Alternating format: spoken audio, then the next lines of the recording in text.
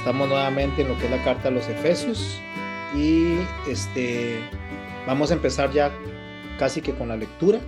Lógicamente que tenemos que hacer ciertas pausas para poder hacer tener un buen entendimiento de lo que es el mensaje paulino aquí. Son las cartas que estamos estudiando desde la primera prisión, o sea, de la primera vez que Pablo fue llevado a prisión en Roma. Entonces ahí es donde está Pablo escribiendo, ¿verdad? Capítulo 1 de Efesios. Recuerde que la carta de Efesios nos habla del cuerpo de Cristo y va de la mano con las otras tres cartas, como lo son Colosenses, Filipenses y Filemón, que son las otras cartas que deben de leerse en conjunto. Estas cartas fueron enviadas juntas a los diferentes puntos.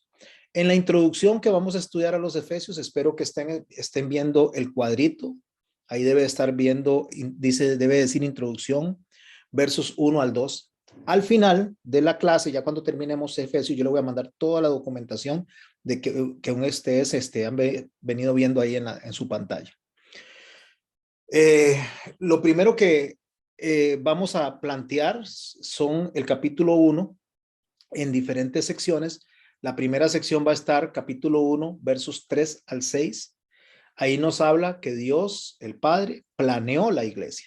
¿Cuándo la planeó? Desde antes de la fundación del mundo. Es un plan de Él. Eso es lo que se conoce como la predestinación, en la cual muchas personas tal vez no manejan bien lo que es el significado de la predestinación, a qué fuimos predestinados como iglesia, y eso lo vamos a aprender dentro del marco del cuerpo de Cristo, porque no olvidemos que las cuatro cartas lo que hablan es del cuerpo de Cristo en su totalidad, tanto en su funcionalidad como en la creación y como en su carácter, ¿verdad? Después tenemos lo que es el capítulo 1, 7 al 12. Ahí vamos a ver que Dios el Hijo pagó el precio por la iglesia. Entonces, Dios el Padre planea la iglesia y Dios el Hijo paga con su sangre por la iglesia. Y Dios Espíritu Santo, en el capítulo 1, versos 13 al 14, que es el que vamos a empezar a estudiar hoy, Dios Espíritu Santo protege a la iglesia. Tengan esto presente porque esto es el esquema del primer capítulo. Ahorita les menciono los versos 15 al 23, pero básicamente Dios planeó como padre, Dios pagó por esa iglesia como hijo y el Espíritu Santo protege a la iglesia en esa obra salvífica. Luego, lo que es el versos 15 al 23 del capítulo 1, él nos va a enseñar la oración por el conocimiento y el poder de ese trabajo que hizo Dios para con la iglesia. Con eso llegamos entonces a Efesios capítulo 1 y vamos a empezar a hablar de lo que es el verso 1 al verso 3, que es la división primaria que vimos. Y eso se conoce como la salutación. Yo trato de escribir todo lo que ustedes van a recibir para que después puedan tener el documento o los documentos y con los audios, cuando terminemos ya la carta a los Efesios con los audios, seguir también la parte documental de lo que es la clase. ¿Cómo comienza la carta hacia los Efesios? Y recordemos, carta a los Efesios, no libro de los Efesios, carta, o sea, es un documento que se le envía a, y no digamos carta de Efesios, porque la carta no es de un lugar, como la carta no es de Corintios, la carta no es de Gálatas, la carta es a los Gálatas, la carta es a los romanos, la carta es a los Efesios. Es un grupo de personas que viven en un determinado lugar y ese grupo de personas son creyentes. Porque la Biblia, lo hemos dicho en repetidas ocasiones, la Biblia está escrita para creyentes, no para no creyentes. Las personas muchas veces creen que la Biblia fue escrita para salvar a las personas. Y la Biblia no fue escrita para salvar a las personas. La Biblia fue escrita para instruir a los que Dios suma a salvación. Porque cuando la persona está muerta en delitos y pecados, para la persona que no tiene al Espíritu Santo, el sello de salvación, para la persona que está en esa condición, la Biblia le parece locura. No la entiende y más bien la rechaza. Cuando nosotros estudiamos la palabra de Dios es porque el Espíritu Santo ha hecho una obra en nosotros, ha puesto un querer para que nos lleve a un hacer. Y eso tiene que ser una vez que somos redimidos, que somos resucitados. Pablo comienza la carta y en los primeros versos vamos a ver tres puntos básicamente muy importantes de los cuales tenemos que agarrarnos para poder empezar a desarrollar todo el tema de la carta a los Efesios. Los que pueden anotar, pues lleven notas, que es muy importante, y los que no pueden anotar o no tienen tiempo de anotar, porque tal vez a veces van conduciendo, porque tal vez están en ese momento haciendo algo, entonces no se preocupen porque yo al final, como les digo, les haré llegar todos los documentos, al final de estudiar toda la carta, no ahorita, al final, para que tengan toda la documentación. Pablo, y ustedes lo ven que lo subrayo en un cuadro amarillo, dice y se presenta de la siguiente manera: Pablo, apóstol de Jesucristo por voluntad de Dios, a los santos fieles en Cristo Jesús que están en Éfeso. Importante lo que acabo de decir, ¿va dirigido a quién? A los santos fieles, o sea, a creyentes. Pero la palabra Pablo, de primera instancia, la palabra Pablo nos da a nosotros un mensaje. Pablo significa pequeño, eso es lo que significa a la hora de hacer la traducción. O sea, él que sabía que era el más pequeño de los apóstoles, y no por eso él se puso el nombre, porque si no el nombre ya había sido puesto por sus padres, así le pusieron, solo que en esos tiempos la gente tenía hasta 3 nombres. Tenía un nombre en hebreo, muchas veces otro nombre en griego y a veces hasta un nombre en latín. En este caso, Pablo se llamaba Pablo, desde el escenario griego, y se llamaba Saulo desde el escenario hebreo. Entonces Pablo, cuando él se presenta, que es el punto A que vamos a estudiar nosotros y a ponerle atención entre todo lo que vamos a estudiar, nos empieza a presentar quién es él, quién es Pablo, se empieza a presentar a sí mismo. Voy a subir la imagen y voy a bajar la imagen a Segunda de Tesalonicenses, capítulo 2, versos 1 al 3. Pablo dice de esta manera, cuando él presenta su mensaje, esta es su presentación práctica, lo decimos desde su teología.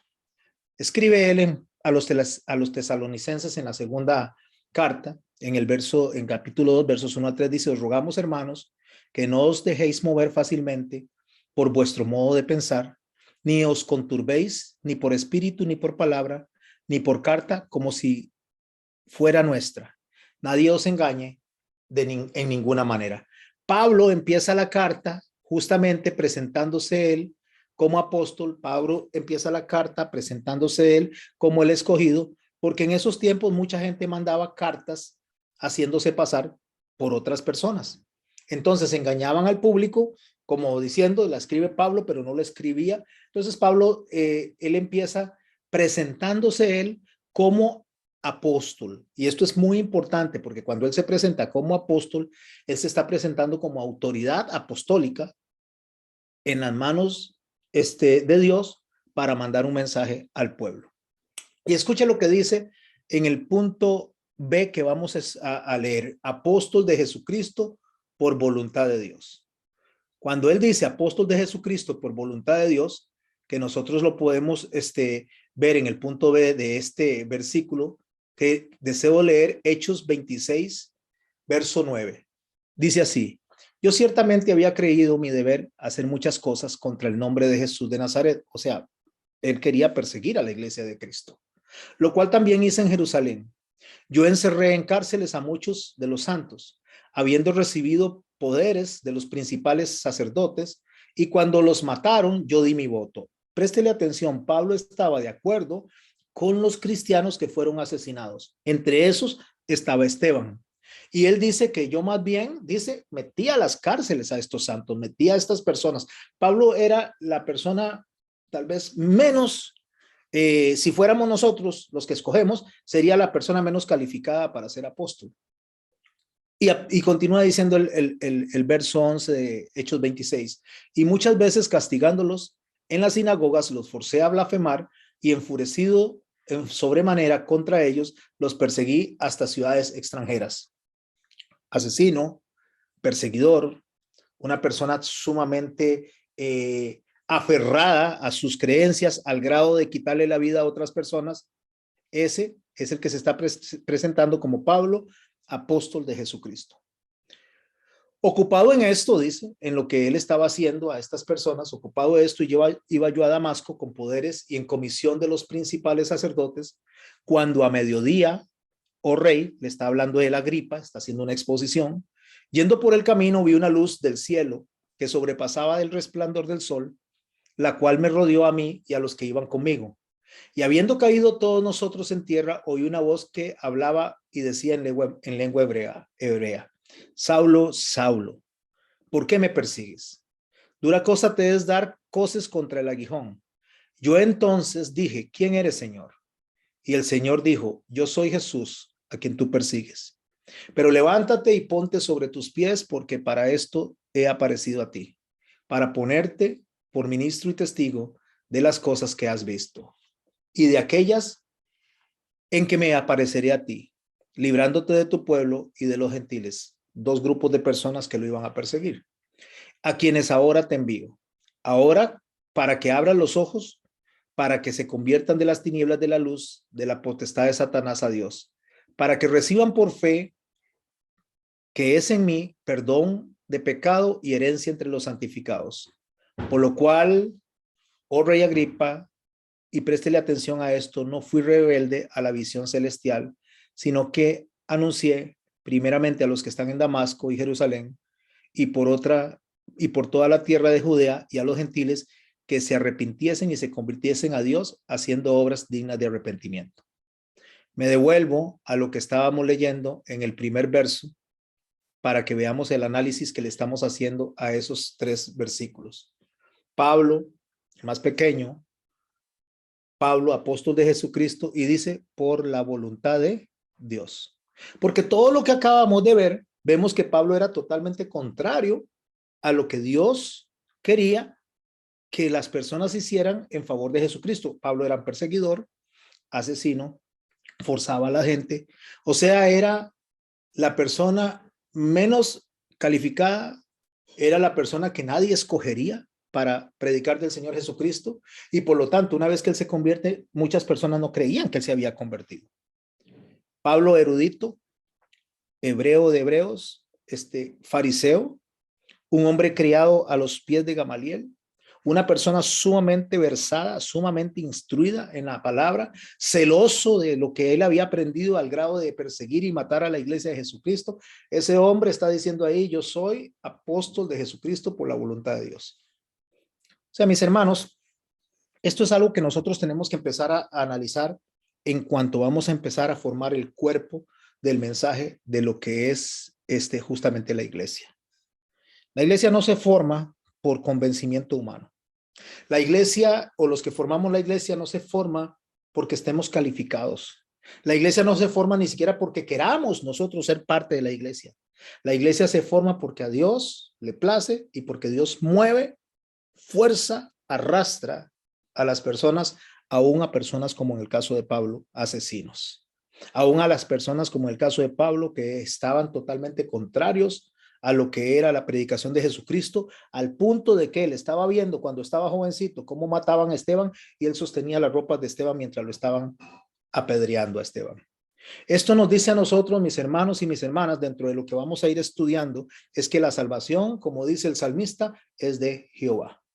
La salvación no es de nadie más. No es por la elocuencia que usted tenga o por la elocuencia que yo tenga. No es por nuestra capacidad intelectual, porque ni siquiera llegamos, pero ni a los pies de Pablo para poder llegar a la capacidad que él tenía, tanto intelectual como de conocimiento de lo que era la Torá y la Tanakh. O sea, como Pablo, fariseo de fariseos, de la tribu de Benjamín, hebreo de hebreos, criado a los pies del mejor discipulador de la época, ninguno de nosotros llega.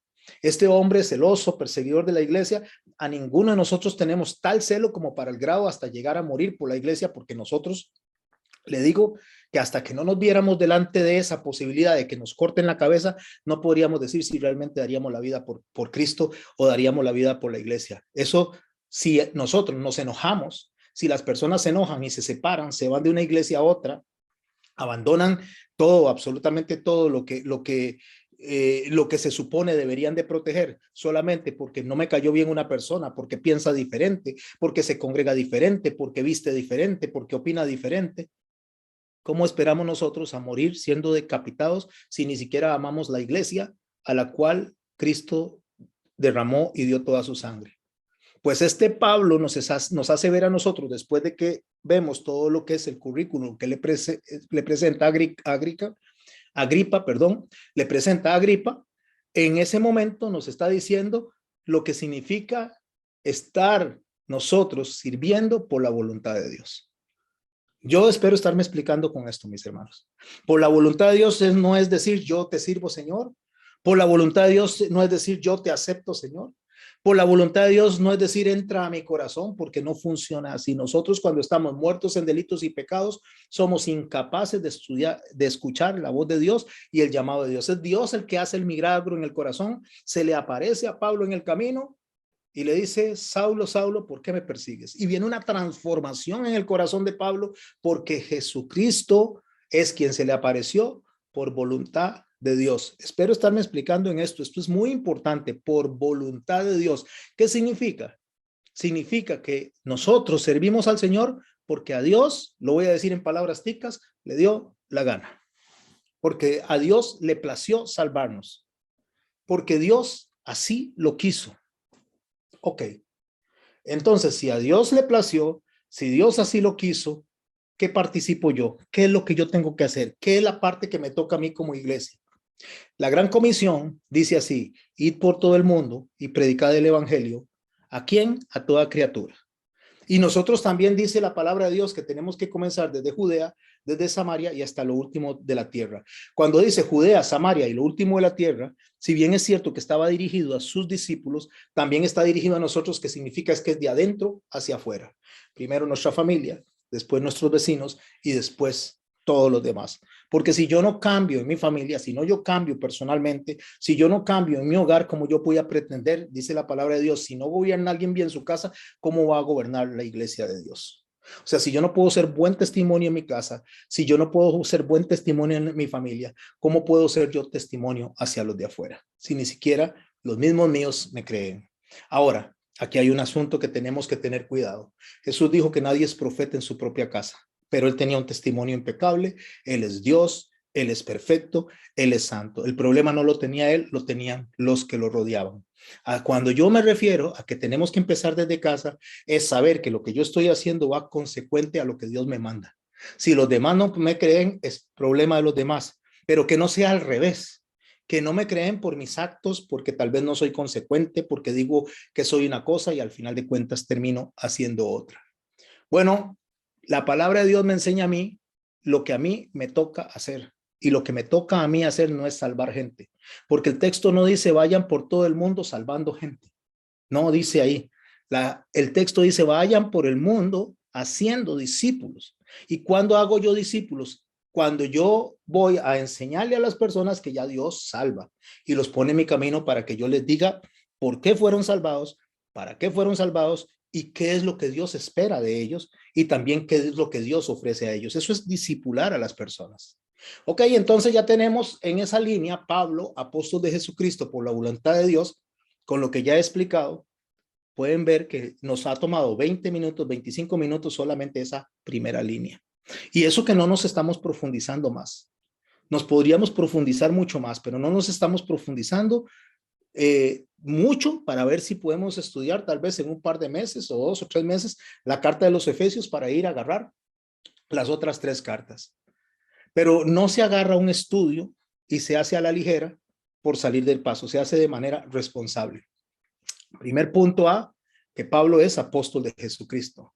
El punto B es que es porque Dios le plació, porque Dios lo escogió. Ahora vamos al punto C. ¿A quién va dirigida la carta? La carta va dirigida a los santos fieles en Cristo Jesús que están ¿en dónde?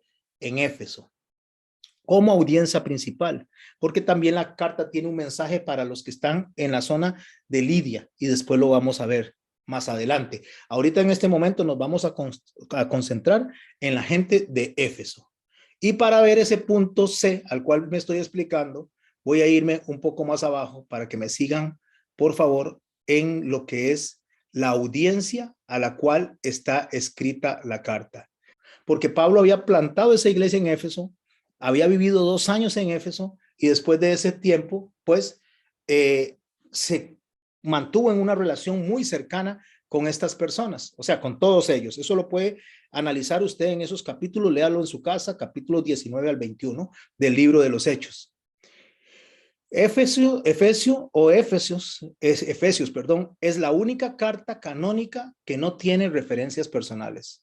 O sea, lo que quiere decir que esto, a pesar de haberse enviado a la iglesia de Éfeso, todo lo que indica es que la carta Pablo la hizo con la intención de que circulara por varias iglesias, comenzando por Éfeso, pasando por Lidia y así continuando a todas las iglesias en Asia a las cuales pudiera llegar. Por eso no tiene referencias personales, porque Pablo estaba dirigido básicamente a un público más amplio que la iglesia única, o sea, la iglesia en Éfeso, básicamente, ¿verdad?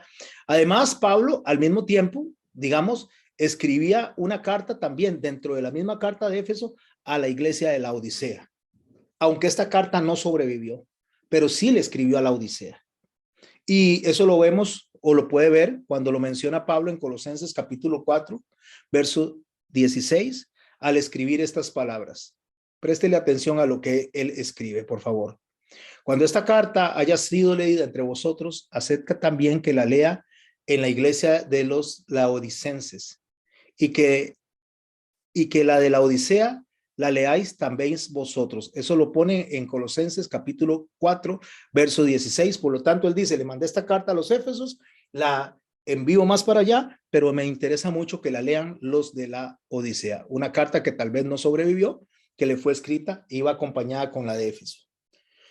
Pablo, lo que estaba preocupado realmente, tanto en Colosas como en las diferentes iglesias, es por las enseñanzas falsas que se estaban dando y de personas que se estaban presentando de manera falsa diciendo que eran representantes de Pablo. Entonces es lo que quería aclarar en esa región, básicamente cuál era el mensaje verdadero. Por ejemplo, para que podamos ver el contenido que tienen las 4 cartas en común, las 4 cartas interconectadas y el mensaje que Pablo quería enviarles.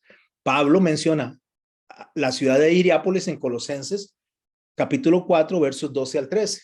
Escribe de esta manera: Epafras, siempre rogando encarecidamente por vosotros en sus oraciones, doy testimonio de que tienen gran solicitud de vosotros y por los que están en la Odisea y los que están en Hierápolis. Así que Pablo en esas 4 cartas amplía el público al cual él se está dirigiendo. Colosenses 4, 12 al 13. Algunos puntos ustedes los van a ver ahí suspensivos porque separan unos escritos, pero la idea central es esta. Los colosenses que estaban luchando contra los falsos maestros, porque los falsos maestros básicamente adoraban y veneraban demonios, Pablo lo que hace es contrarrestar estas herejías enfatizando la supereminente grandeza de Jesucristo por sobre todo el cosmos, especialmente sobre los demonios. Por ejemplo, en Colosenses capítulo 1, versos 16, Pablo describe estas palabras de esta manera: porque en él fueron creadas todas las cosas, las que hay en los cielos y las que hay en la tierra, visibles e invisibles, sean tronos, sean dominios, sean principados, sean potestades, todo fue creado por medio de él y para él. Déjeme hacer una pausa en esto y analicemos un poquito Colosenses 1:16, que es lo que acabo de leer. Cuando dice por él fueron creadas las cosas, en referencia a Jesucristo, que fue el que pagó con su sangre por la compra de la iglesia, pagó el precio de la justicia de Dios a la hora de morir en la cruz. Dice que no solo muere por él, sino que él mismo es el creador de todas las cosas, algo que hace referencia a Juan en el capítulo 1, cuando dice que el verbo era con Dios y el verbo estaba con Dios y que era el verbo al que había creado todas las cosas. Es la misma línea teológica, la misma línea de pensamiento de que Jesús es Dios y que Jesús es el creador. ¿Y del creador de qué? De las cosas que están en los cielos y las cosas que están en la tierra, invisibles y visibles, refiriéndose a las huestes espirituales y refiriéndose a lo que se puede ver, tanto en la parte material del cosmos, en la parte material, digamos, de la creación, como en la parte inmaterial, que es todo lo espiritual que usted y yo no podemos ver. porque aquí donde estamos nosotros nos podemos ver, pero no podemos ver la parte inmaterial que nos está rodeando a nosotros. Alrededor de nosotros hay huestes que están luchando, huestes que están tratando de robarnos el mensaje, huestes que están tratando de confundirnos. Por eso Pablo dice que la lucha nuestra no es contra carne ni sangre, sino contra huestes celestiales. Y estas huestes celestiales es la diferencia entre tronos, dominios, principados o potestades, porque son territorios dentro de la tierra y dentro de las áreas celestes en las cuales está esa lucha que usted y yo no vemos. La lucha no es contra su esposo o contra su esposa cuando se disgusta. La lucha no es contra el vecino, la lucha no es contra el enemigo, la lucha es contra las huestes espirituales que hacen todos los movimientos estratégicos para tratar de ganar las personas que en lugar de estar adorando a Cristo, están peleando, están defendiendo otras causas.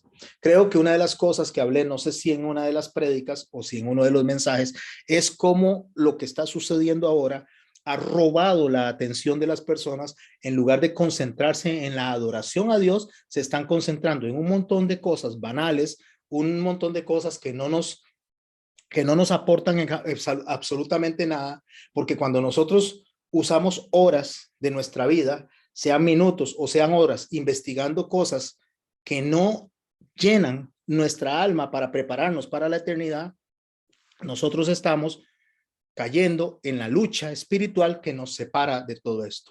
Personas que se ponen a investigar si el anticristo es de un lugar o del otro, si las cosas que están sucediendo son una conspiración o no una conspiración, no porque no sean cosas reales, sino porque no son cosas que deberían de tener la prioridad en lo que nosotros estamos haciendo. ¿Cuál es la prioridad que nosotros deberíamos de tener? La prioridad que tenemos que tener es conocer a nuestro Señor Jesucristo lo más posible, en el tiempo posible, porque en cualquier momento Él viene y lo que para nosotros es vida eterna y vida en abundancia, el Señor Jesús lo dijo muy claramente, es conocer al Padre y conocer al Hijo. El Señor no nos va a venir a preguntar a nosotros de aspectos conspirativos, no nos va a venir a preguntar de aspectos de salud, no nos va a venir a preguntar de aspectos financieros, nos va a venir a preguntar si tenemos conocimiento del Padre y conocimiento del Hijo, de lo que Él quiere y de lo que el Padre y el Hijo demandan de nosotros, porque ellos básicamente nos piden a nosotros que los adoremos en espíritu y en verdad, porque Jesús dijo que tales adoradores Dios busca que le adoren en espíritu y en verdad. Espíritu es en una verdadera conversión y en verdad es en el correcto conocimiento. Ok, si usted agarra todo esto que estamos presentando, apenas estamos leyendo los primeros 3 versículos y usted compara el capítulo 1 de Efesios, digamos, y los versos 20 al 22, donde Pablo describe los términos o todos estos términos en los cuales estamos hablando, donde Cristo tomó posición de manera relevante, sentándose, ¿quién? Pues refiriéndose a Cristo, sobre todo principado y autoridad, poder y señorío, sobre todo nombre que se nombra, y sometió todas las cosas bajo sus pies y lo dio por cabeza sobre todas las cosas a la iglesia. ¿A quién dio por cabeza? A Jesucristo.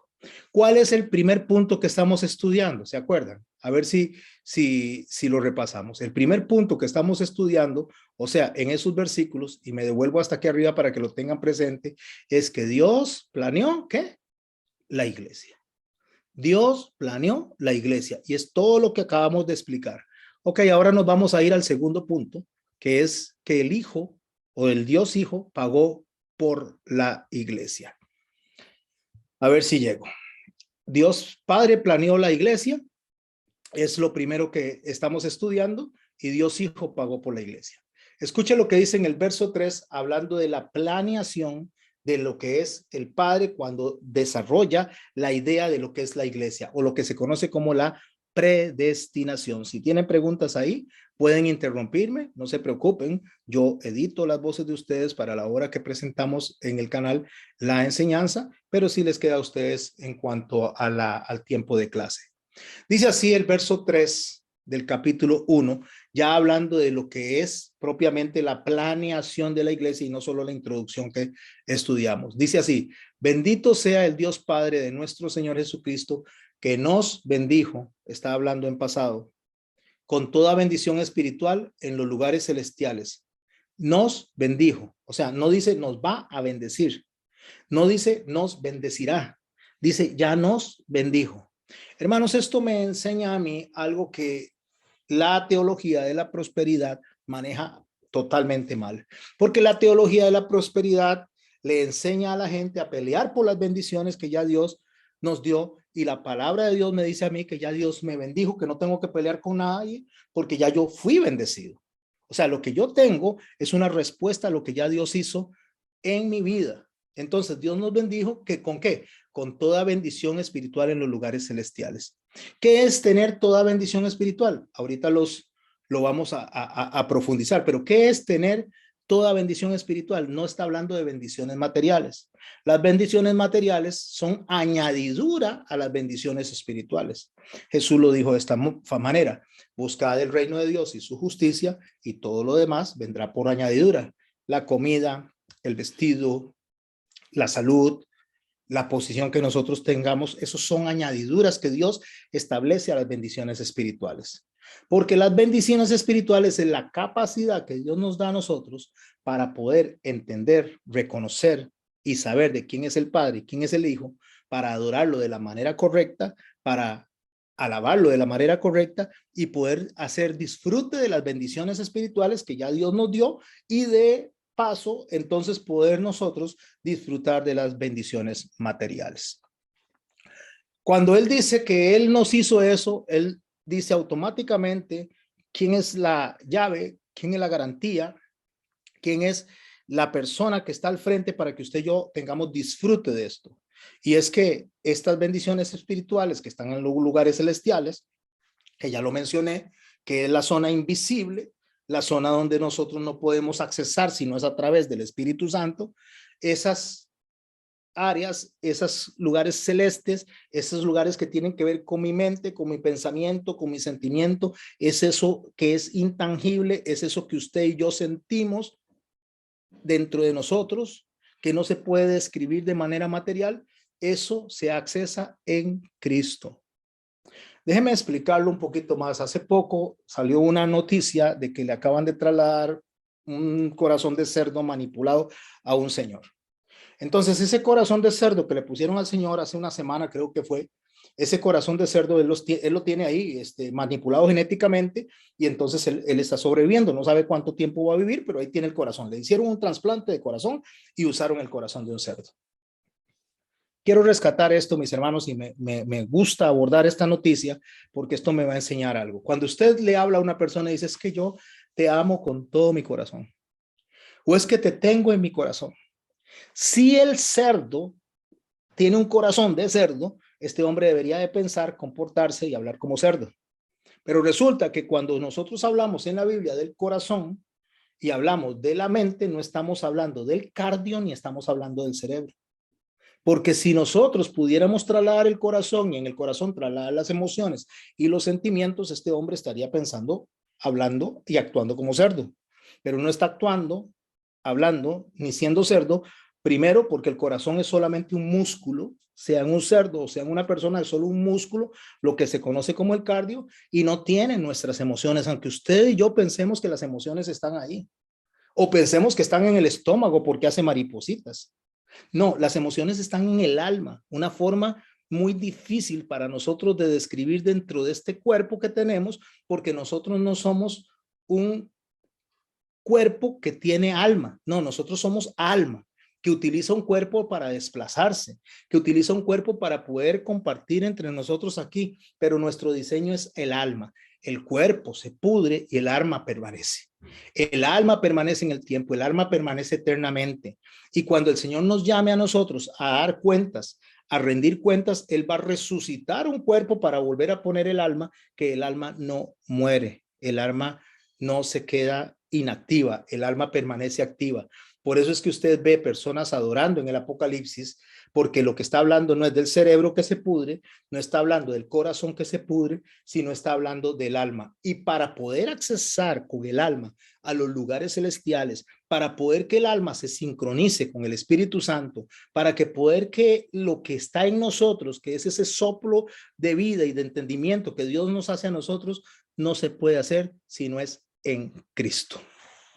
que es Cristo. Porque la pregunta es, ¿qué es Cristo? Cristo es una obra completa. Cristo es algo ya completo y terminado. No es Jesús. Jesús es nuestro Señor Dios Todopoderoso, caminando en la tierra, haciendo la obra humana que le hubiera tocado a un ser humano hacer, pero le era imposible porque el hombre tiene la tendencia a pecar y porque estábamos muertos en delitos y pecados. Entonces él empieza a caminar como hombre, cumple toda la voluntad de Dios, cumple todos los mandamientos de Dios, satisface la justicia de Dios, muere, resucita, y cuando resucita, los que morimos en él y resucitamos, somos parte de la obra de Cristo. Y la obra de Cristo va más allá de solo nosotros. La obra de Cristo es la restauración de todas las cosas, incluyendo la creación, incluyendo el firmamento, incluyendo todo al orden cósmico que en el primer momento Dios estableció para nosotros, para poder vivir según lo que Dios quiere y de la manera en que Dios quiere que vivamos. Es todo un orden. Por eso en Romanos dice que la misma creación dice, gime a una por la restauración de todas las cosas. Porque nosotros, dentro de la restauración de todas las cosas en Cristo, nosotros también podemos ser parte de esa restauración como lo que es la parte adoradora de Dios, que somos la iglesia, que somos los redimidos, porque solo nosotros tenemos esa conexión con el Espíritu Santo y somos hechos a semejanza de Dios y somos hechos a imagen de Dios. Solo nosotros los seres humanos, no los animales, no los árboles, no la tierra, no las estrellas, pero todo esto es parte del obsequio que Dios presentó delante de nosotros para que lo administráramos. Entonces él va a restaurar todas las cosas, y si usted viaja en el Apocalipsis, usted ve una nueva tierra y un nuevo cielo descender para volver a colocar al hombre, en este caso a la iglesia, a administrar lo que desde el principio Dios quería que nosotros administráramos de manera correcta. Entonces, para que hagamos eso, la palabra de Dios nos dice a través de justamente la introducción que hace Pablo, es que Dios el Padre de nuestro Señor Jesucristo nos bendijo con toda bendición espiritual en los lugares celestiales en Cristo, según nos escogió. ¿Cuándo? Desde antes de la fundación del mundo. Entonces, desde antes de que el mundo fuera creado, desde antes que las estrellas fueran puestas, desde antes que los astros fueran puestos, desde antes de que los animales fueran puestos en la tierra, desde antes que el mismo hombre, escuche, que el mismo hombre fuera creado, desde antes de todo eso, ya Dios nos había escogido. Como estamos hablando del cuerpo de Cristo, como estamos hablando de la iglesia, y como lo vamos a ver en un contexto de 4 cartas que encierran todo el pensamiento teológico de lo que es la iglesia en su actuación, en su carácter y en su misión, entonces nosotros podemos entender entonces que esto que Dios decidió para nosotros, no lo decidió en el momento que Adán fue creado, no lo decidió en el momento que Adán cayó, no lo decidió en el momento que Abraham vino y se presentó delante de él a adorar o a presentar a su hijo, no lo decidió ni siquiera en la cruz del Calvario, no lo decidió cuando Jesús resucitó, sino que lo decidió desde antes de la fundación del mundo. Así que, mis hermanos, fuimos escogidos en ese momento para un propósito. Y escuche lo que dice, para que fuésemos, ya casi voy, Erna, para que fuésemos santos y sin mancha delante de él. ¿Para qué nos escogió? Para que fuésemos santos y sin mancha delante de él. Hago una pausa aquí, ahorita explico esto, porque nosotros fuimos escogidos para ser santos, pero era imposible que fuéramos santos y sin mancha, a menos que el Señor nos salvara, nos redimiera y nos hiciera santos.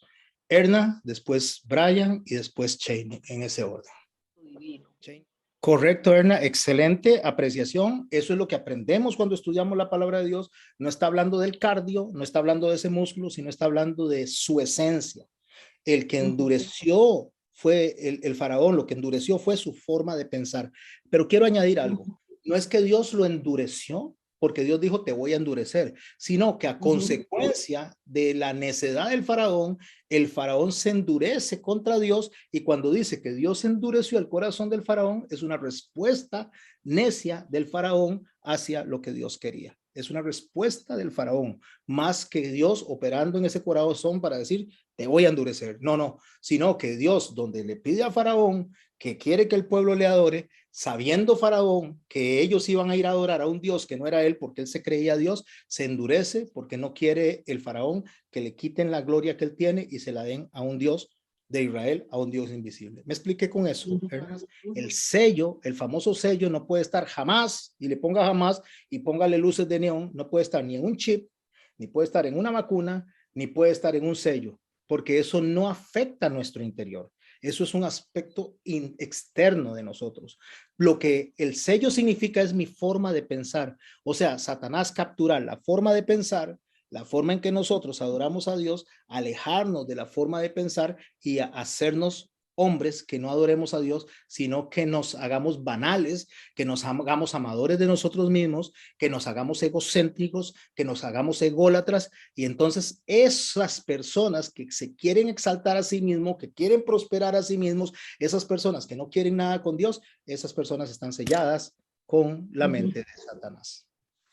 Bueno, si nosotros empezamos en orden, mi hermano Brian, si nosotros empezamos en orden y nosotros nos vamos a quién está dirigida la carta, entonces a esas personas que están recibiendo la carta, es a la que les está diciendo esto, a los que fueron escogidos. ¿Y a quién les está diciendo básicamente Pablo eso? A los santos escogidos. Por lo cuanto quiere decir a las personas ya salvadas, a las personas que están entendiendo que el proceso que Dios ha hecho en sus corazones es para sacarlos de ese mundo, para sacarlos de esa manera de vivir. Estas personas son las que están entendiendo que están así, que pueden entender esto y que pueden recibir esto porque Dios lo levantó de los muertos. ¿Me expliqué con eso, Brian?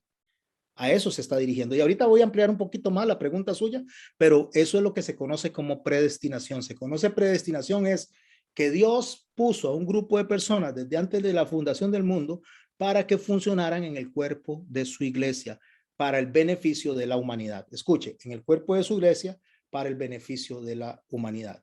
Un grupo de personas fue predestinada para que sirviera como voz, como mensajeros de Dios. Para el resto de la humanidad hay esperanzas, y voy a utilizar las palabras que hay en su boca, porque por eso existe la parábola del sembrador, porque la parábola del sembrador nos enseña a nosotros que a nosotros nos toca tirar la semilla, tirar la enseñanza, y que las ovejas de Dios que le pertenecen a Dios van a reconocerlo y lo van a seguir dentro del mismo marco de predestinación.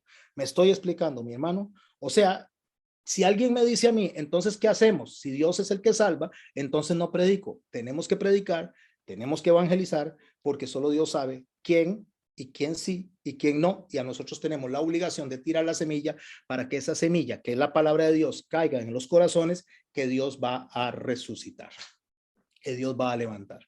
Muchas gracias. Y ahorita vamos a ampliar un poquito más esto. Esto es un tema bastante delicado, porque entonces algunas personas dicen, bueno, si Dios predestinó, entonces al final de cuentas, ¿para qué voy a predicar? ¿Para qué voy a enseñar?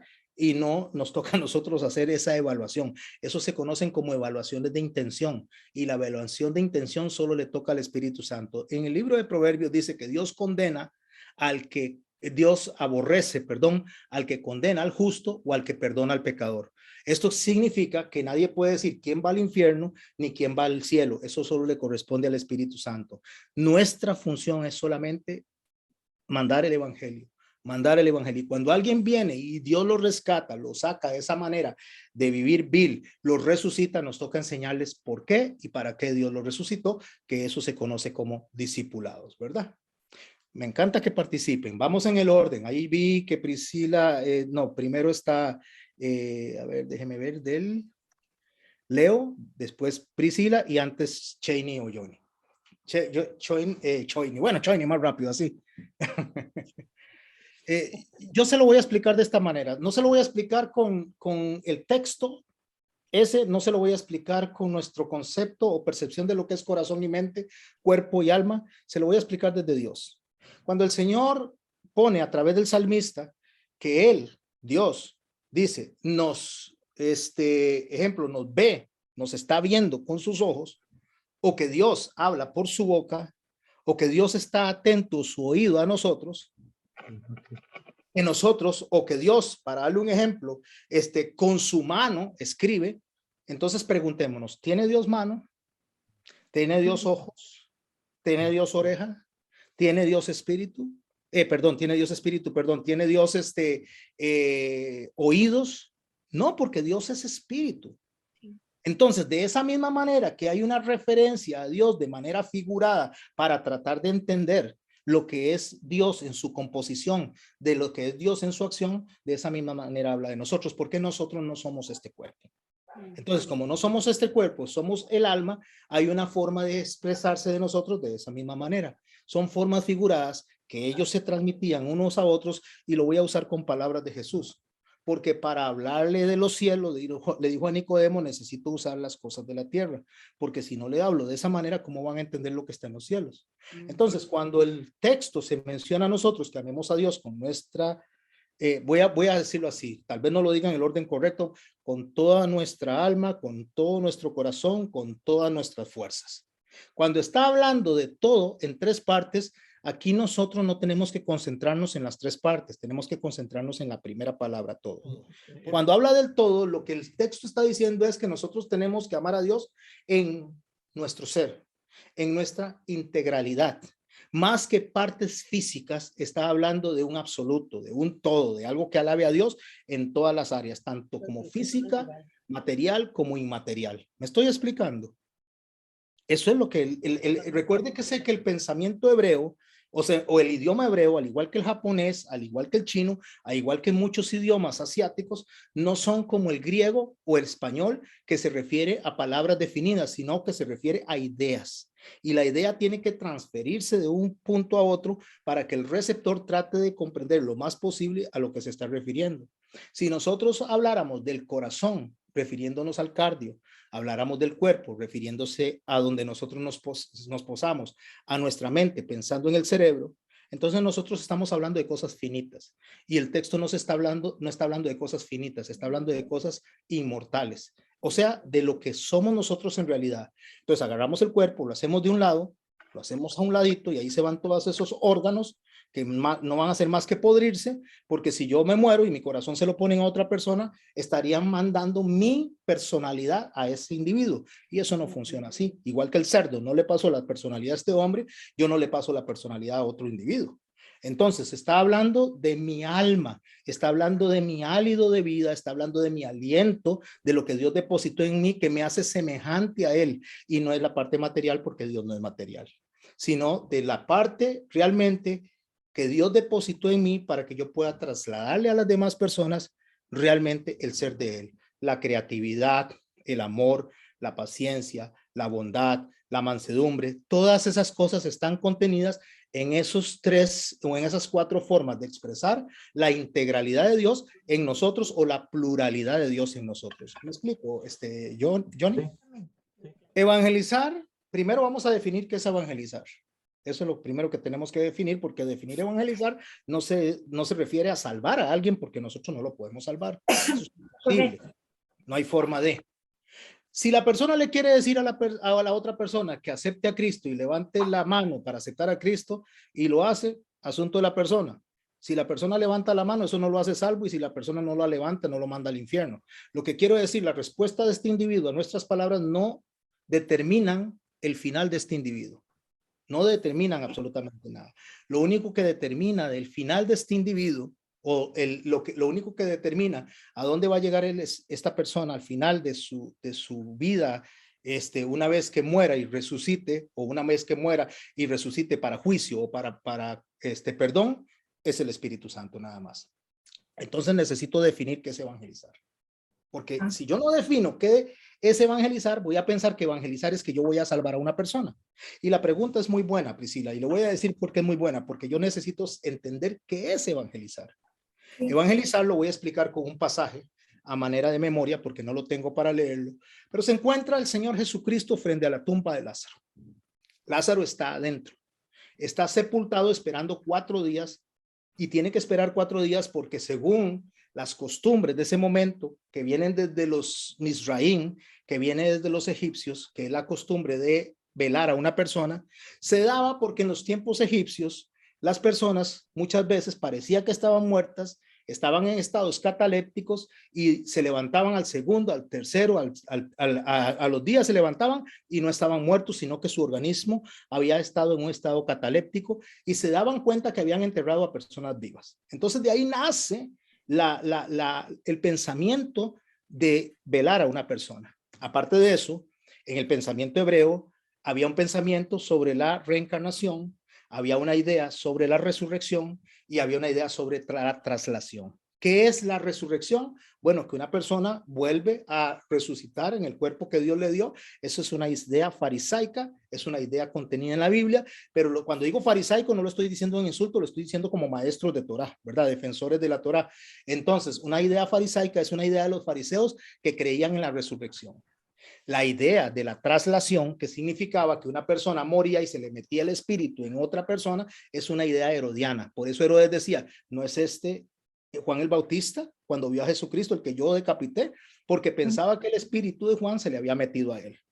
Y la idea de lo que es un estado de muerte total, un estado literal de extinción, era una idea saducea. Los saduceos pensaban y creían que las personas una vez muertas ya no se levantaban porque la palabra dice que al polvo serás tornado, al polvo eres y al polvo volverás. Entonces ellos creían en la literalidad del texto y pensaban que así terminaban las personas. Dentro de estos pensamientos, entendiendo lo que es la parte de la resurrección, la parte de la traslación, todos ellos pensaban que todo eso se daba en el término de 3 días, que al cuarto día ya no había nada que hacer. Una persona podía resucitar, sí, ocurría dentro de los 3 días. Una persona podía ser trasladada a otro cuerpo, sí se daba dentro de los 3 días, así sea dentro de un bebé que está por nacer. Eso es lo que se conoce como la reencarnación, aparte de la traslación. O sea, eso se conocía como pensamientos religiosos de la época, absorbidos de la zona mesopotamia, absorbidos del pensamiento egipcio, y siempre se pensaba que era dentro de los 3 días. De ahí que nuestro Señor Jesucristo esperó al cuarto día para que cuando Él llegara y resucitara a Lázaro, todos estos pensamientos caían y quedaban delante de ellos quitados totalmente, quitados delante de la mente, y ahí es donde el Señor dice, yo soy la resurrección y la vida. El que en mí crea, aunque esté muerto, vivirá, porque dice, todos esos pensamientos de ustedes no valen. Con ese pensamiento, Él llega, Marta llega y le dice, maestro, mi hermano ya murió hace 4 días, hasta ayer, dice, le está diciendo, no hay nada que hacer. Jesús viene y le dice, Marta, ¿no crees que yo soy el que lo puedo resucitar? Y entonces él viene y dice, abren la tumba, y él le dice, Lázaro, ven fuera. Lázaro estaba a la espera dentro de esos 4 días en un sepulcro temporal, mientras se veía si se podría o no se podría para hacerle el entierro en un sepulcro permanente. Los sepulcros de piedra eran sepulcros temporales para esperar de la verdadera sepultura, que era la permanente. En el pensamiento ese de esperar. Ok, en ese pensamiento, Lázaro está envuelto como un taco, como una momia, como se envolvían a la gente antes, y no podía salir, no podía moverse, aun cuando viviera. Lázaro, el Señor le dice, ven fuera, y Lázaro aparece afuera. O sea, él hace la obra milagrosa de traerlo desde adentro hacia afuera, y una vez que está afuera, ya Lázaro resucitó. Eso representa la salvación. Eso representa la justificación. Ahora viene la evangelización. Ahora viene lo que es evangelizar. Se voltea a las personas que están con Lázaro, a las personas que están alrededor y le dice, quítenle las vendas. Eso es evangelizar. Evangelizar es que le quiten las vendas y le digan a Lázaro, Lázaro, ¿sabes que estabas muerto? ¿Sabes que no oías nada? ¿Sabes que estabas adentro solo para podrirte y el Señor te resucitó? ¿Para qué? Dice el verso 6 de lo que estamos leyendo. Para la alabanza de la gloria de su gracia. Para eso te resucité. Entonces, evangelizar no consiste en salvar, no consiste en sacar a Lázaro. Eso lo hace Dios, eso lo hace Cristo. Evangelizar es explicarle a Lázaro qué fue lo que hizo Jesús cuando le quitan las vendas y entonces le dicen, ahora sí, Lázaro, te vamos a explicar. Evangelizar, ir por todo el mundo a hacer discípulos y evangelizar a las personas consiste en enseñarle a las personas por qué y para qué Dios los salvó. ¿Y para qué Dios los salvó? Para la alabanza de la gloria de su gracia. Para eso es lo que hay que explicar. ¿Quién es la gloria de su gracia? Jesús es gloria en descenso. Eso es la gloria de su gracia. Gloria es Dios dejando el trono para venir entre nosotros a salvarnos. Esa es la alabanza de la gloria de su gracia, es alabar a Jesús por lo que él hizo. ¿Por qué?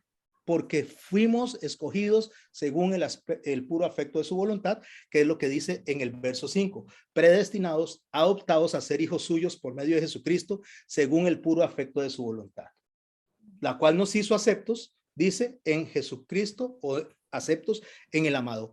Eso es evangelizar. ¿Me expliqué, Priscila? ¿Estamos bien todo lo demás? ¿Comprendimos eso antes de pasar a Leo? ¿Comprendimos realmente lo que es evangelizar? El problema es que evangelizar nosotros tenemos que salvar. Eso no es evangelizar. Nosotros no podemos salvar a nadie. Las personas están muertas en delitos y pecados. Nosotros estábamos muertos en delitos y pecados. Los muertos no ven, no oyen. Y no estoy hablando de personas que estén en una tumba. Estoy hablando de personas que estamos caminando, personas que están caminando, pero el espíritu está desconectado de Dios.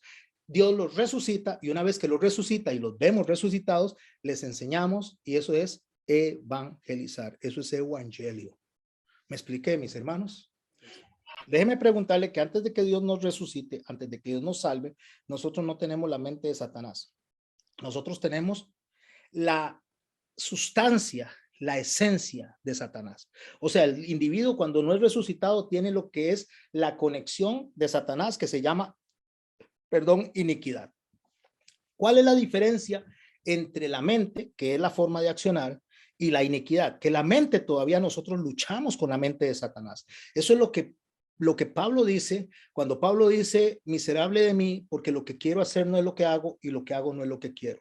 Es lo que Jesús le dijo a Pedro cuando Pedro le dijo, tal cosa no te acontezca. Jesús se volteó y le dijo a Pedro, apártate de mí, Satanás, porque tienes tu mirada puesta en las cosas de la tierra y no en las cosas de los cielos. La mente de Satanás, la forma de pensar de Satanás todavía podría funcionar en nosotros y estaría funcionando en nosotros aún cuando hemos sido salvos. Solo que esa manera de pensar, el Espíritu Santo nos libera debido a que hemos sido bendecidos con bendiciones espirituales en los lugares celestiales para ir terminando de morir a eso, para nosotros entonces una vez ir llenándonos de Cristo y resucitando paulatinamente en Cristo. No sé si me estoy explicando con esto, Leo, porque lo importante de nosotros es reconocer que el proceso de santificación es un proceso de ir quitando la forma de pensar de Satanás e ir poniendo la forma de pensar de Cristo. Y ahí es donde nosotros vemos a Juan el Bautista diciendo, es necesario que yo mengüe para que Cristo crezca. No dice, es necesario que yo quede anulado para que Cristo quede, sino mengüe, es ir saliendo de nosotros, de la forma de pensar de Satanás, porque la forma de pensar de Satanás no es que la persona está endemoniada, la forma de pensar de Satanás no es que la persona no ha sido salva, la forma de pensar de Satanás es que todavía yo me mantengo arraigado a muchas cosas que hacía, porque todavía no entiendo lo que Dios quiere de mí.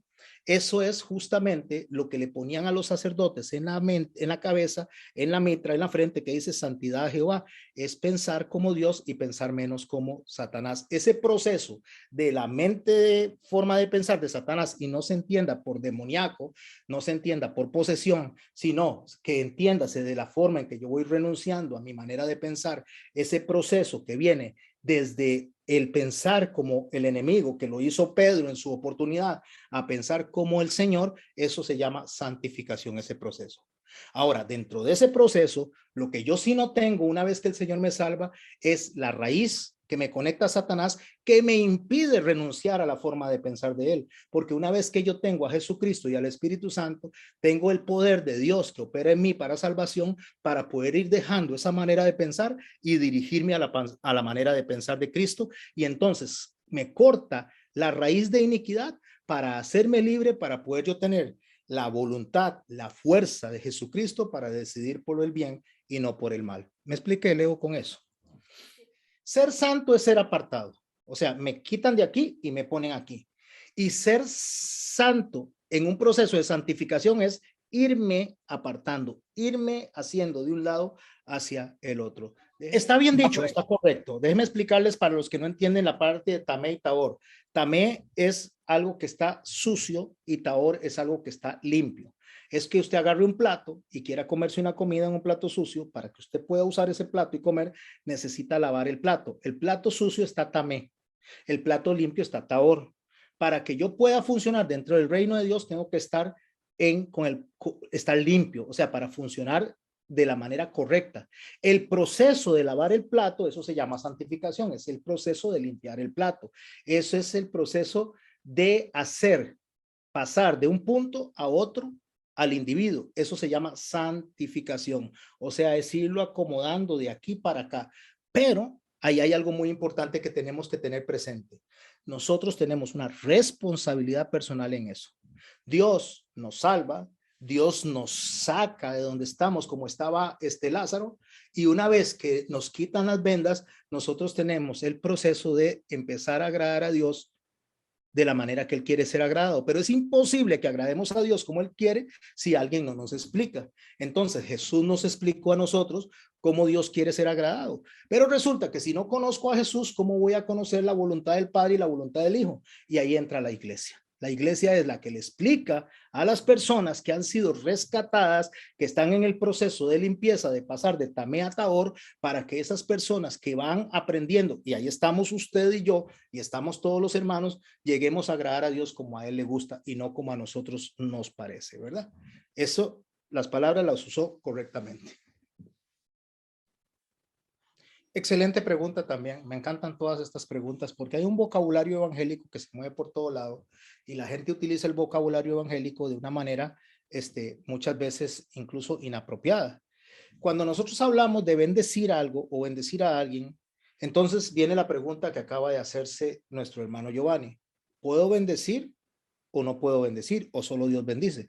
Por supuesto que yo también puedo bendecir, si no, no estaría la famosa promesa que el Señor le dice a Abraham cuando dice, los que te bendigan serán bendecidos y los que te maldigan serán maldecidos, porque es una iniciativa nuestra. Pero entonces yo tengo que preguntarme qué es bendición, definir qué es bendición, porque si yo no defino qué es bendición, no entiendo qué es lo que hace Dios y lo que hago yo. La palabra bendición se compone de dos palabras, se llama buena dicción, o sea, buena dicción es bien, buen, y dicción es hablar. La palabra bendición, más que lo que la gente toma como un hechizo, como un mantra, como ponerle la mano a alguien, es hablar bien. Eso es buena dicción. Buena dicción es hablar bien. Cuando yo bendigo y cuando yo maldigo. Si hablo mal, estoy maldiciendo a una persona. Si hablo bien, estoy bendiciendo a una persona. Entonces, ¿cómo yo puedo bendecir a una persona? Cuando yo funciono en el campo que me toca a mí funcionar como sacerdote, porque fuimos hechos reyes y sacerdotes en el nombre de Jesucristo. ¿Qué hace un rey? Un rey viene y gobierna. ¿Qué hace un sacerdote? Un sacerdote intercede. La palabra sacerdote es puente. Usted tiene una orilla del río, tiene otra orilla del río, y para que una persona pase de este punto a este y de este punto a este, entonces tiene que pasar sobre el puente. Eso hace un sacerdote. Pero el rey define lo que se hace, dice, bueno, estos pasan, estos no pasan, estos caminan, estos no caminan, se hace a tal hora, se hace a tal otra. El rey define ciertos lineamientos. Entonces, cuando yo bendigo a una persona, cuando yo vengo y le digo lo que le corresponde a Dios, lo que solo Dios puede hacer, lo que está solamente en la soberanía y carácter de Dios, y cómo llegar a esa soberanía, a ese carácter, para ser beneficiados con la bondad de Dios. Para eso, entonces, yo me voy a trasladar al Getsemaní. Cuando yo estoy en el Getsemaní, una de las mayores palabras de bendición que nosotros nos encontramos para poder aprender es la forma en que Jesús hablaba.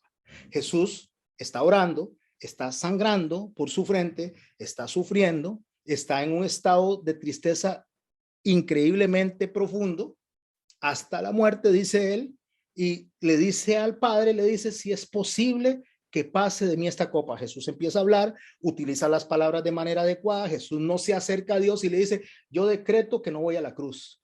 Yo declaro que no voy a la cruz. Yo me apropio de tu promesa de que me vas a cuidar y no voy a ir a la cruz. No, Dios, el Señor manifiesta su deseo, manifiesta lo que realmente Él está sintiendo en ese momento. Dice, si es posible que pase de mí esta copa. O sea, lo que Él está diciendo, es posible que se pueda hacer de otra manera. Él sabía que no, pero sabía y quería enseñarnos a nosotros a utilizar nuestro vocabulario de la manera correcta. Entonces, 3 veces dice, si es posible que pase de mí esta copa, y al final él mismo dice, pero que no se haga mi voluntad, sino la tuya. Entonces, cuando él dice que no se haga mi voluntad, sino la tuya, se convierte o nos convierte esas palabras en palabras de rey. Traslada la soberanía, el gobierno, la decisión a Dios. como dijeron Sadrach, Mesach y Abednego. Tú, oh rey, dice, nosotros, al Dios al que servimos, dice, nos va a salvar del horno de fuego. Y si no, rey, no te adoraremos. O sea, está dándole a Dios como rey la soberanía, el reconocimiento. Y cuando él dice, y si no, no nos arrodillaremos delante de ti, entonces está diciendo, o delante de la estatua, está diciendo que se sujeta a la voluntad de Dios. Entonces, cuando usted y yo bendecimos a una persona, significa que usted y yo sí podemos orar por la persona, sí podemos orar por nuestros hermanos, sí podemos orar por la iglesia, pero en esos términos, en la bendición correcta. ¿Cuál es la buena dicción? ¿Cuál es la bendición? Es orarle al Señor, como hablaba Esther, y le hablaba a ese rey maluco y pagano y mujeriego, y le decía, si te complace, si te bendice, si esto te honra, oh rey, se dirigía de una manera respetuosa.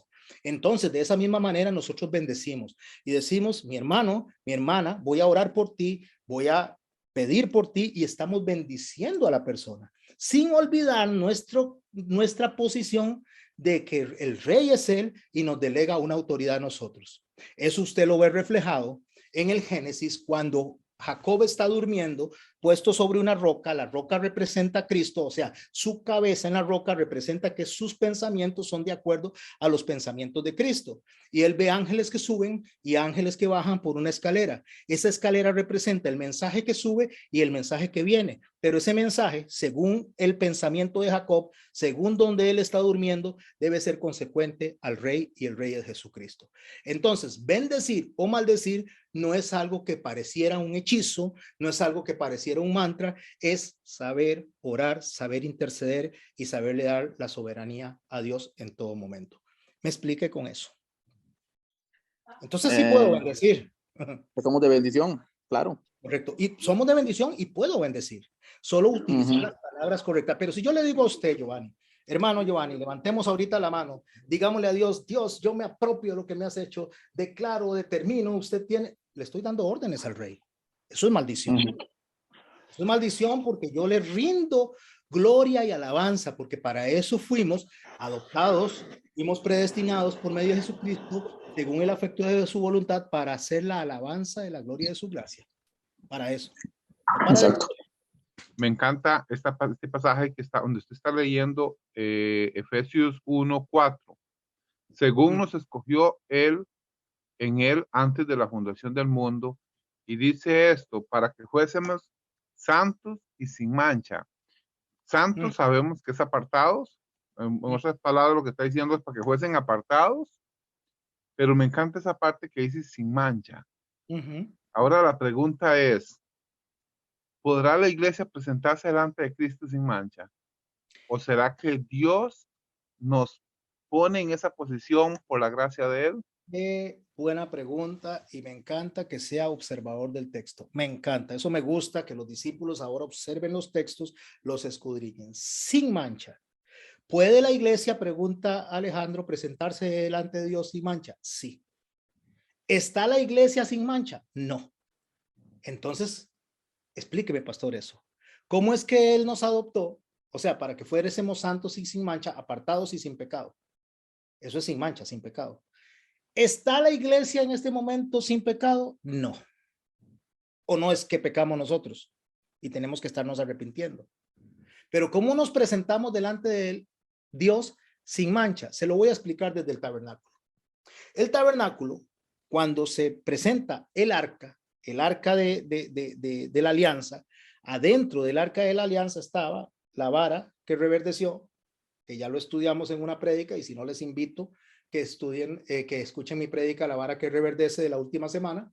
Estaban las tablas de la ley y estaba el maná. Eso fue lo que el hombre transgredió. ¿Qué fue lo que el hombre transgredió? La vara significa la autoridad. El hombre transgredió la autoridad de Dios. El hombre vino y prefirió que fuera el mundo, que fuera la psicología, que fuera la humanidad la que lo dirigiera, y no Dios. Eso el hombre lo transgredió. El hombre transgredió la ley, o sea, lo que Dios le dice al hombre que debe de seguir para agradar a Dios. porque en Génesis está y refleja la caída del hombre, en Éxodo enseña cómo Dios se acerca al hombre y en Levítico le enseña cómo el hombre debe de acercarse a Dios para que no muera delante de él. Entonces el hombre transgredió la forma en que Dios le dijo cómo acercarse. Eso representa las tablas de la ley. Y el maná, el alimento. ¿Cuál es el alimento? La palabra de Dios. El hombre transgredió las profecías, la palabra de Dios, la forma en que el hombre puede sostenerse en la tierra. Estoy hablando de aspectos espirituales porque hemos sido bendecidos con bendiciones espirituales en los lugares celestiales. Eso transgredió al hombre.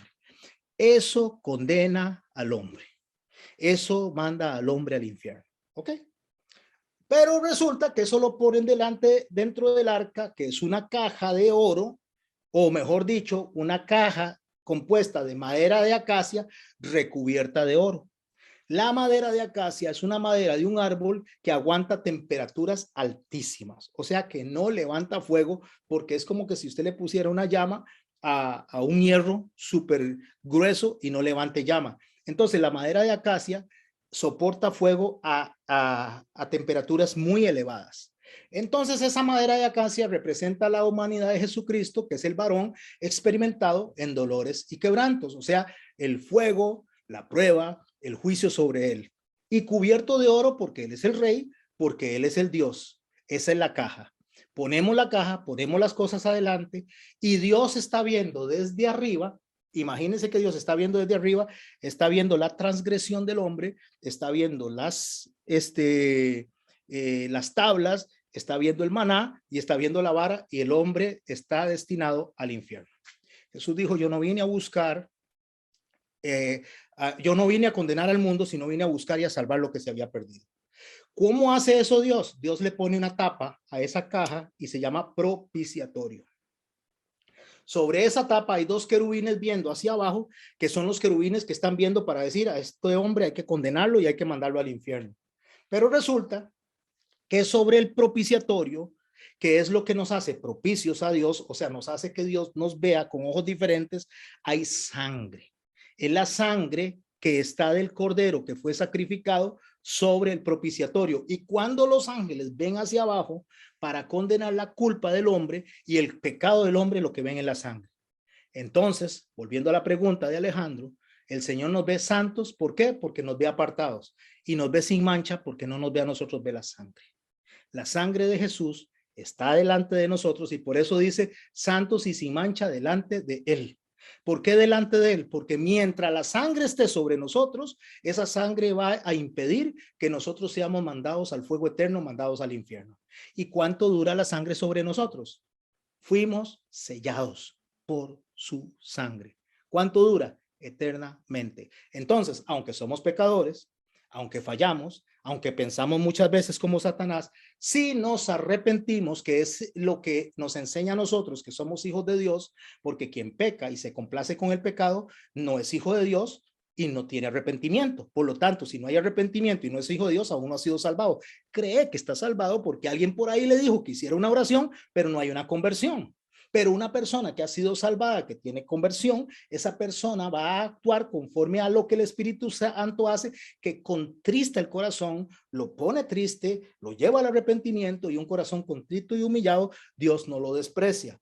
¿Por qué? Porque Dios hace que el hombre llegue a un estado de tristeza y de arrepentimiento a través de la acción del Espíritu Santo, para que cuando esa tapa se quite, cuando esa sangre se quite, entonces nos encontremos delante de Dios y Dios nos ve a nosotros. Dice Pablo que nos va a ver como nosotros vamos a ver como hemos sido vistos, que ya no nos vamos a ver oscuramente, o sea, que ya no vamos a ver con esa tapa, sino que vamos a ver a Dios directamente, porque en ese momento ya no vamos a necesitar de la tapa del propiciatorio, porque Dios mismo, Jesús mismo, va a estar delante del Padre y de nosotros en medio, atestiguando, intercediendo por nosotros, y va a estar diciendo: yo pagué esa factura con mi sangre. ¿Me expliqué, Alejandro? ¿Cómo y por qué llegamos a eso? En amor, habiéndonos predestinado para ser adoptados hijos suyos por medio de Jesucristo. Ahí es donde entra todo el mensaje. Somos, le dice él a los Efesios, estamos dentro de la iglesia porque a Dios le dio la gana. Porque a Dios le plació. ¿Y para qué le plació? según el afecto de su voluntad, para la alabanza y la gloria de su gracia, que nos hizo aceptos en el amado. Déjenme leer esto antes de que levanten la manita otra vez. ¿Qué es ser aceptos en el amado? Aceptos en el amado significa que nosotros éramos enemigos, que Dios no nos aceptaba, que Dios no nos recibía. En las figuras de las fiestas, en capítulo 23 de Levítico, el Señor va a hacer un mandamiento en cuanto a las fiestas. Dice en el verso 1 del capítulo 23, habló Jehová a Moisés diciendo, habla a los hijos de Israel y diles, las fiestas solemnes de Jehová, las cuales proclamaréis como santas convocaciones, serán estas. Entonces, ¿le habla a quién? A los hijos de Israel. Cuando se refiere a los hijos de Israel, está hablando de Israel como nación. 6 días se trabajará, mas el 7º día será reposo. Santa convocación, ningún trabajo haréis, el día de reposo es de Jehová donde quiera que habitaseis. ¿Qué le está diciendo? Van a trabajar 6 días, pero un día se van a ir a congregar y ese día es mío. No quiero un pedacito del día, no quiero una parte del día, quiero ese día completo mío. Las personas que dicen que llegué tarde a la iglesia porque tenía diligencias que hacer, no le están dando el día completo a Dios, aunque lleguen tarde a la iglesia, porque el día le pertenece a Dios, total y completo. No es un pedacito del día. No digo que no haga algo, no digo que si usted tiene que hacer algo, pero usted tiene que estar a tiempo a las cosas que corresponden al reino, porque el día es del Señor, no es de nadie más, no es del banquero, no es del patrono, es de Dios. Entonces, 6 días trabajarás y dice, el último día será de reposo, santa convocación, ningún trabajo haréis, día de reposo es de Jehová donde quiera que habitéis. ¿A dónde? En Israel, en Rusia, en China, en Irlanda, en Estados Unidos, en Costa Rica, no importa dónde esté, un día te pertenece al Señor. Es un mandamiento y no una sugerencia. Y después empieza a decir, estas son las fiestas solemnes de Jehová, santas convocaciones, las cuales convocaréis en sus tiempos. En el primer mes, a los 14 del mes, entre las 2 tardes, Pascua de Jehová. Esa es la fiesta que representa la salvación. Es la fiesta que representa el tabernáculo. Es la fiesta que representa el rescate a través de la sangre de Cristo. Esa fiesta se compone de la Pascua, de los panes sin levadura y de las primicias. Esa es la fiesta que se da en abril, cuando se recuerda, se memora el sacrificio de nuestro Señor Jesucristo. Pero dice que una vez, ahora viene la fiesta de los primeros frutos. Ahora dice que una vez que entremos a la tierra prometida, ¿qué es entrar a la tierra prometida? Déjeme explicarle esto. Voy a quitar esto para que no se me distraiga. Entrar a la tierra prometida fue lo que hizo el pueblo cuando entró con Josué y cuando entró con Caleb a la tierra prometida. La gente piensa que entrar a la tierra prometida es cuando somos salvos. Eso no es la figura que está ahí, porque el pueblo fue figuradamente sacado de Egipto y eso representa la justificación, eso representa la salvación. Mientras caminaban por el desierto, una columna los guiaba, fueron pasados por el mar, fueron bautizados, eso representa el tránsito por el desierto cuando hay desconocimiento, cuando no sabemos para qué nos salvó Dios, ni el propósito para el cual Dios hizo. En el desierto, donde estamos en dificultad, donde nos cuestan las cosas, donde no entendemos, ahí Dios nos viene formando. Entonces, Dios nos viene formando durante todo el desierto hasta que nos lleva al momento donde vamos a entrar a la tierra prometida. La tierra prometida es la conquista. ¿Qué es la conquista? Que Dios nos dice a nosotros que ya fuimos bendecidos desde antes de la fundación del mundo, que ya fuimos bendecidos desde antes de crear el mundo, desde antes de nacer fuimos bendecidos. Entonces, la conquista consiste en entender cómo funciona eso en mi vida y en el día a día ir conquistando en mi vida cada uno de mis pasos que voy dando. ¿Cómo lo conquisto? Mansedumbre, paz, bondad, paciencia, benignidad. Estoy hablando de empezar a producir frutos de salvación, frutos de arrepentimiento. Cuando yo entro ahí a la tierra prometida, yo empiezo a tener esos frutos.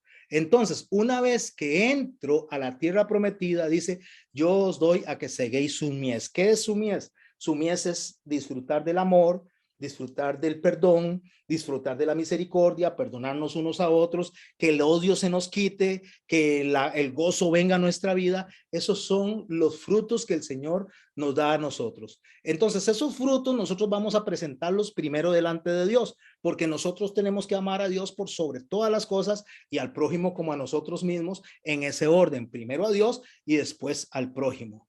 Entonces el sacerdote mecerá la gavilla delante de Dios para que seáis aceptos el día siguiente del día de reposo. ¿Cuál es el día siguiente del día de reposo? El día siguiente del día de reposo, que es sábado, o mejor dicho, es el Shabbat. Lo que pasa es que la gente le dice sábado, el día siguiente es el domingo. Entonces hay gente que celebra el domingo y hay gente que celebra el sábado. Hay gente que se congrega el domingo y hay gente que se congrega el sábado. Entonces, no importa si es sábado o domingo, unos están meciendo la gavilla durante el día de reposo y otros al día siguiente del día de reposo.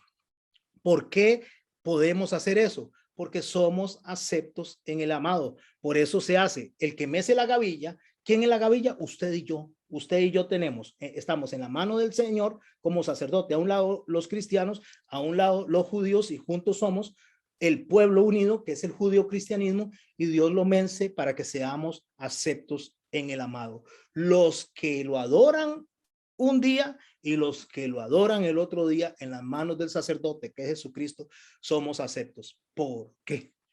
Ahí es donde viene justamente el siguiente verso, el siguiente explicación de los capítulos 1, versos 7 al 12. Porque el Hijo de Dios pagó el precio por su iglesia. Porque por eso Él es el que nos presenta delante de Dios. Porque sin Él no podríamos ser aceptos delante de Dios, ni gentiles, ni judíos.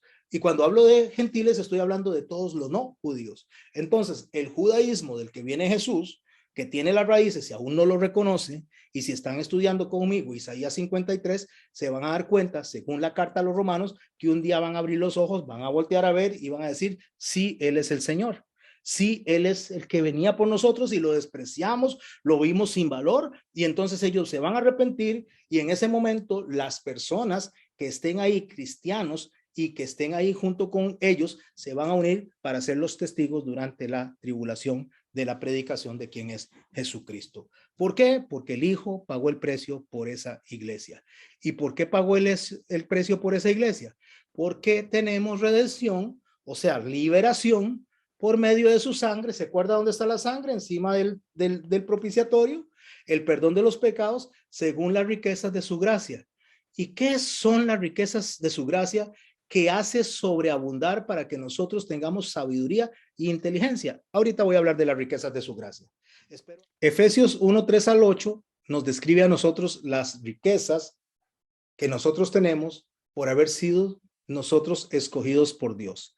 Primero, la primer riqueza que tenemos nosotros en gracia, ¿qué es gracia? Algo que no merecemos, es el haber sido escogidos, el haber sido predestinados, el haber sido puestos para representarlo a Él como luminarias del mundo, como la luz y la sal de todas las personas. Esa es la primera riqueza que tenemos nosotros. No son cosas materiales, aunque muchos mercaderes de la fe quieren poner cosas materiales al frente, no es eso, eso son añadiduras y que Dios las quiere dar. Y si Dios no las quiere dar, no las va a dar, porque Dios no nos llama a nosotros para que seamos ricos.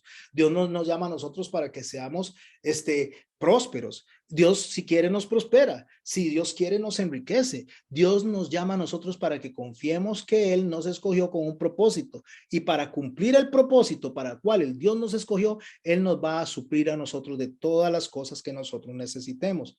Por eso nos escogió. Y nos hizo, segundo regalo de las riquezas, nos hizo libres.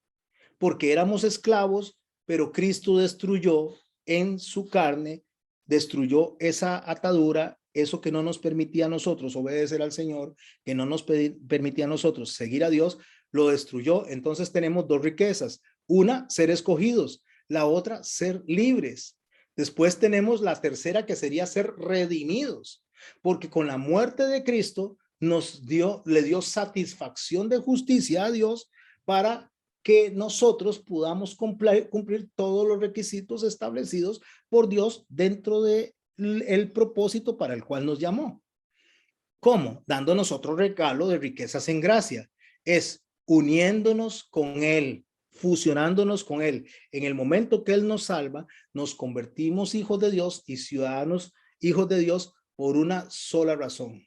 Porque Dios decidió salvarnos en Cristo y Cristo nunca muere porque Él resucitó para vida eterna.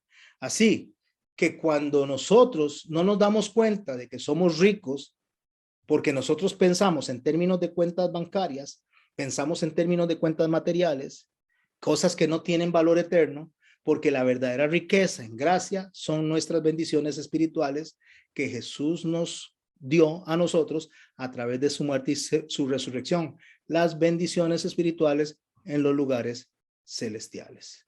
¿Me expliqué con eso, mis hermanos? ¿Por qué? Porque Cristo pagó por eso. Dios pagó por eso. ¿Cómo? Dándonos este resultado una vez que Él paga, una vez que Él nos adopta, una vez que Él nos recibe, dándonos a conocer el misterio de su voluntad. ¿Qué es el misterio? El misterio de su voluntad no es algo escondido, es algo que no ha sido revelado. Está ahí, pero no se entiende. Entonces, el Señor Jesús nos dice a nosotros que para nosotros poder entender lo que Dios tiene para nosotros, nosotros necesitamos ser iluminados. ¿Y por qué necesitamos ser iluminados? Por el Espíritu Santo. Pero el Espíritu Santo no me puede iluminar a mí a menos que yo sea resucitado. Jesús paga, Jesús da su vida, Él nos hace resucitar a nosotros y automáticamente nosotros, por medio de la beneplácito de Dios, empezamos a conocer la voluntad de Dios que se propuso en sí mismo. ¿Cómo se propuso en sí mismo? Porque Él se lo prometió a Él, el Padre al Hijo y el Hijo al Padre. Lo pueden leer en Génesis capítulo 15, cuando una antorcha y un horno se cruzan en medio de los animales que están partidos a la mitad, haciendo una promesa, el Hijo y el Padre delante de Abraham. No es un pacto con Abraham, es un pacto delante de Abraham. De esa misma manera, usted en Éxodo 32 y 34, usted se encuentra al Jehová glorificando a Jehová. O sea, que una vez que el hombre le falla, porque el hombre viene y se quiebran las tablas delante del pueblo, porque el pueblo falló, Dios le dice a Moisés que haga otras tablas, lo leen en el capítulo 34 del libro de Éxodo, y esas otras tablas son las que él coloca dentro del arca junto con las tablas quebradas, para decir que el único que podía cumplir con el propósito de Dios y con la misión de Dios es nuestro Señor Jesucristo, y ese es un pacto entre el Padre y el Hijo. Por eso en Hebreos capítulo 6 versos 13 al 20 dice que como no había nadie mayor que Él mismo, Él prometió todo y sostiene esa promesa en sí mismo. ¿Cuál es la promesa? De reunir todas las cosas en Cristo. ¿Cuáles cosas? Incluyendo la creación, porque la creación misma gime a una por la restauración de todas las cosas. Eso lo lee en Romanos 8, capítulo 8, versos 19 al 23. ¿Cuándo? En la dispensación de cumplimiento de los tiempos. ¿Y cuándo es el cumplimiento de los tiempos? Según Marcos, capítulo 1, versos 14 al 15, es cuando el Señor Jesús dijo, el tiempo se ha cumplido, el reino de Dios se ha acercado, o sea, ya estoy aquí. Entonces, en ese momento se empiezan a cumplir los tiempos, Dios empieza a reunir todas las cosas, Dios empieza a restaurar todas las cosas como las que están en los cielos o como las que están en la tierra, según el Salmo 148, y vamos a leer el Salmo 148 para cerrar con este Salmo y después seguimos estudiando la próxima semana. Salmo 148, mis hermanos, acompáñenme para que veamos justamente el cumplimiento de todas las cosas. Dice así el Salmo: alabad a Jehová desde los cielos, alabadle en las alturas, alabadle vosotros todos sus ángeles, alabadle vosotros todos sus ejércitos, alabadle sol y luna, alabadle vosotras lucientes estrellas, alabadle cielos de los cielos y las aguas que están sobre los cielos. Alaben el nombre de Jehová, porque él mandó y fueron creados. Los hizo ser eternamente y para siempre, les puso ley que no será quebrantada. Alabad a Jehová desde la tierra, los monstruos marinos y todos los abismos, y el fuego, el granizo y la nieve y el vapor, el viento de tempestad que ejecuta su palabra, los montes y todos los collados, el árbol de fruto y todos los cedros, la bestia y todo animal, reptiles y volátiles, los reyes de la tierra y todos sus pueblos, los príncipes y todos los jueces de la tierra, los jóvenes y también las doncellas, los ancianos y los niños, alaben el nombre de Jehová, porque solo su nombre es enaltecido, su gloria es sobre toda la tierra y cielos. Él ha exaltado el poderío de su pueblo. Alábenle todos sus santos, los hijos de Israel, el pueblo a él cercano. Aleluya.